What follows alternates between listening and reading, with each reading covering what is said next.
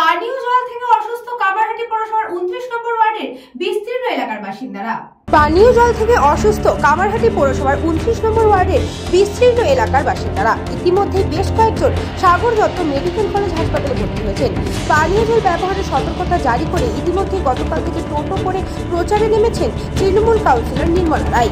পৌরসভার পক্ষ থেকে পানীয় জল পরীক্ষা করার প্রক্রিয়া শুরু হয়েছে। পানীয় জল থেকে তারা অসুস্থ হচ্ছেন কিনা এখনো পর্যন্ত নিশ্চিত নয় কামারহাটি পৌরসভা। সবার পেট খারাপ হচ্ছে, বমি পায়খানা হচ্ছে। কতদিন ধরে? এক সপ্তাহ হয়ে গেল। এক সপ্তাহ হলো। আপনাদের ঘরে কয়জন আছে? আমার আশেপাশে সবারই হয়ে গেছে। আমার ছেলে এখন আইসিইউতে ভর্তি আছে। কোথায় ভর্তি আছে? আইসিইউতে, এসএ হাসপাতালে। কতদিন ধরে ভর্তি আছে? আজকে 4 দিন হলো। তা পৌরসভা থেকে কোনো জল বা কোনো ওষুধপত্র দিয়েছে?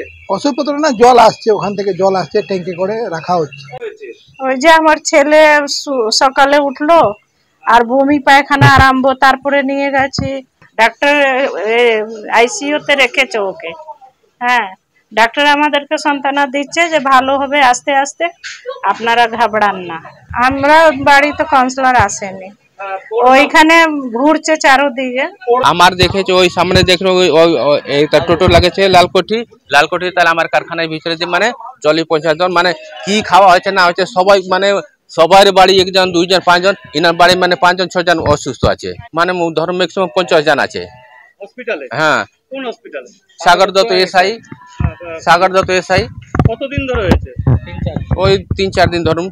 হাটাক হয়ে গেছে, কোনো মানে আগে দিয়ে ছিল না, এখন কি বা সবাই তো ভয় আছে, সবাই ভয়ে আতঙ্কি আছে। কামারহাটি থেকে বলরাম বসুর রিপোর্ট, নিউজ বঙ্গ টাইম।